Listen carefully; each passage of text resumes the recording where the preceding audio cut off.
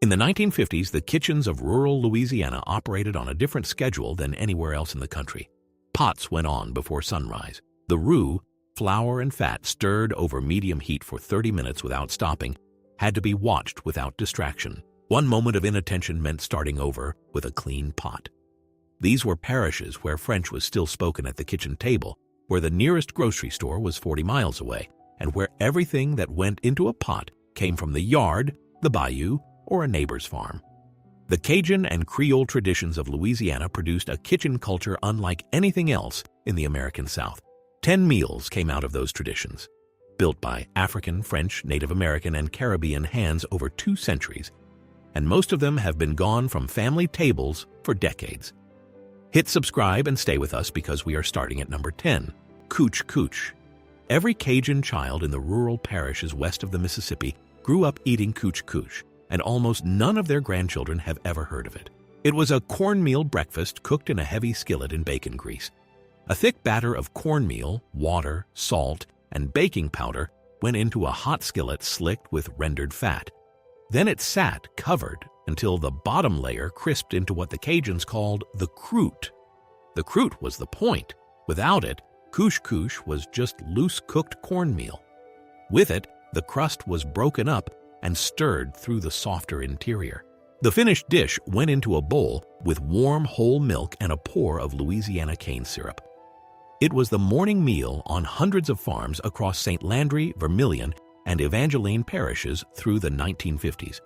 Some historians have noted its similarity to West African couscous, pointing to the name and the technique as evidence of the African foodways that shaped Cajun cooking. By 1960, boxed cereal had arrived in most rural kitchens, and Cooch Cooch was already on its way out.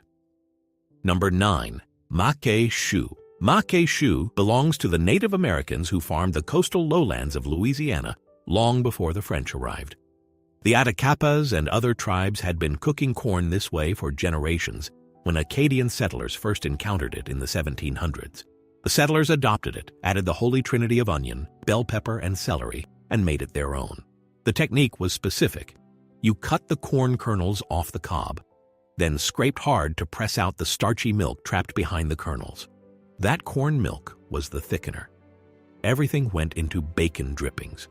The trinity first until soft, then the corn and its milk, then cayenne and salt. The mixture cooked down into something thick and almost creamy.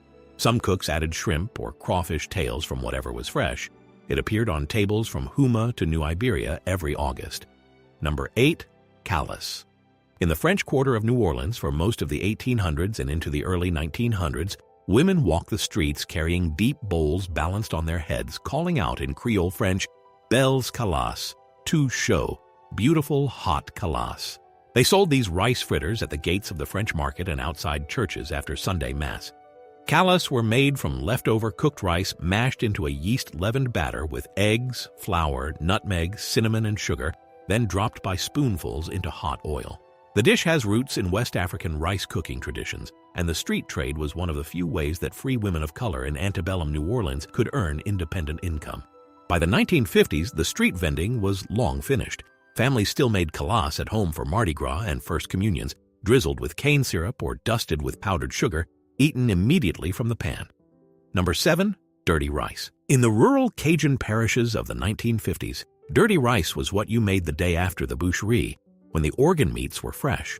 Chicken livers, chicken gizzards, and ground pork, chopped fine enough to nearly disappear into the rice, were cooked down with onion, bell pepper, celery, and garlic until the meat broke apart completely. Long-grain white rice went in with enough stock to cook it.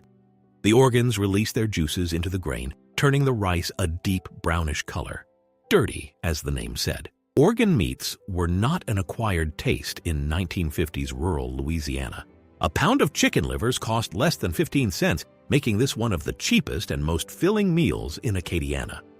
Number 6. Grillades and grits. The word grillade is French for something that has been grilled, even though nothing in this dish was grilled. By the time New Orleans families were cooking it in the 1950s, the technique was entirely about slow heat and a tomato-based gravy. Thin medallions of veal or beef round steak were pounded flat, dredged in flour, and browned in a hot iron pan. Onion, celery, bell pepper, garlic, crushed tomatoes, beef stock, a bay leaf, thyme, and cayenne followed. The meat braised for 45 minutes to an hour until the gravy thickened. Served over stone-ground grits with butter stirred in at the end. This was the Sunday morning meal in uptown New Orleans households, appearing after Mass from Treme through the Garden District. Number 5. Pain Perdu. Pain perdu means lost bread in French, and the dish existed because Louisiana French bread cannot be saved. A fresh New Orleans loaf has a thin, crisp crust and a soft white interior. By the next morning, it is stale. By day 2, it goes in the trash, unless it goes into pain perdu. Thick slices soaked in a mixture of eggs, whole milk, sugar, vanilla extract, and cinnamon until saturated, then into a buttered pan over medium heat until the bottom turned deep golden. Flipped once and served with Louisiana cane syrup poured from the familiar yellow Steen's can. Pain perdu was not French toast by another name. The stale bread, the cane syrup, the egg milk ratio were Louisiana specifics. Every kitchen in the river parishes made this at least twice a week through the 1950s. Number 4. Red beans and rice. Monday was laundry day in New Orleans. Every week, the sheets and linens went into wash tubs of boiling water and lye soap and were scrubbed by hand for most of the morning. That meant the stove had to manage itself. Sunday dinner almost always produced a ham bone. Sunday night, dried red kidney beans went into water to soak. Monday morning, the bone and the beans went into a heavy pot with onion, celery, bell pepper, bay leaves, garlic, and andouille sausage sliced into coins. The pot sat on a low flame for 3 to 4 hours. By early afternoon, the beans had turned creamy, served over long-grain white rice. By the 1950s, red beans on Monday was not a recipe anymore. It was just the way Monday worked in every neighborhood in New Orleans. Number 3, crawfish bisque with stuffed heads. The Atchafalaya Basin in south-central Louisiana produces crawfish in the spring in quantities that are difficult to describe. In the 1950s, rural families along the basin harvested them directly from the swamp by trap and by hand.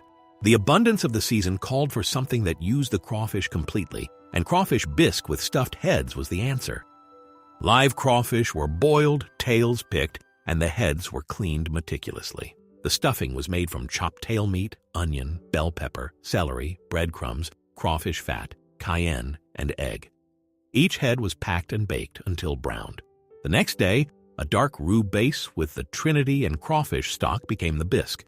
The stuffed heads went in and simmered briefly. Each bowl contained 3 or 4 stuffed heads alongside the soup.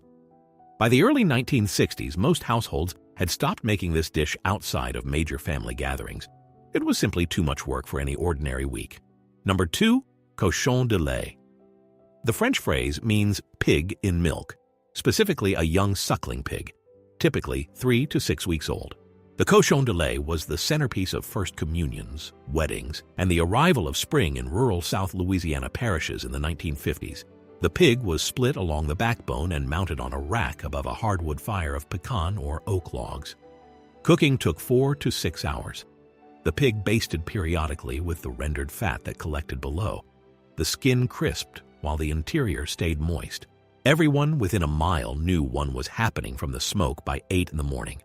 The meat, crisp skin, tender shoulder, ribs, was eaten immediately, standing up, without plates. Number 1, gâteau de sirop.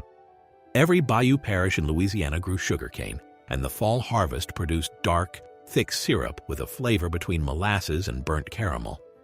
Most families bought it in large cans from Steen's, a syrup company founded in Abbeville, Louisiana in 1910. The syrup went into everything. Over couscous at breakfast, drizzled on biscuits, stirred into beans, and it went into gâteau de sirop. The cake used no refined sugar at all. Cane syrup was the only sweetener, beaten into eggs and oil with flour, baking soda, cinnamon, ginger, cloves, and nutmeg. The batter poured into a square pan and baked at a moderate temperature for 30 to 35 minutes. The finished cake was dark, dense, and intensely spiced. Not sweet in the way modern cakes are sweet. Families along Bayou Teche and throughout La Fourche and Terrebonne parishes kept one on the counter and cut from it across 3 or 4 days. These 10 dishes were not ceremonial foods. They were not restaurant specialties. They were what Louisiana families ate on ordinary days. The meals that marked Monday from Sunday, spring from fall, abundance from scarcity. Most of them exist today only in the memories of the oldest members of the families that made them. If your family cooked any of these, leave a comment below and tell us which one. These recipes came from the bayou, and they deserve to be remembered.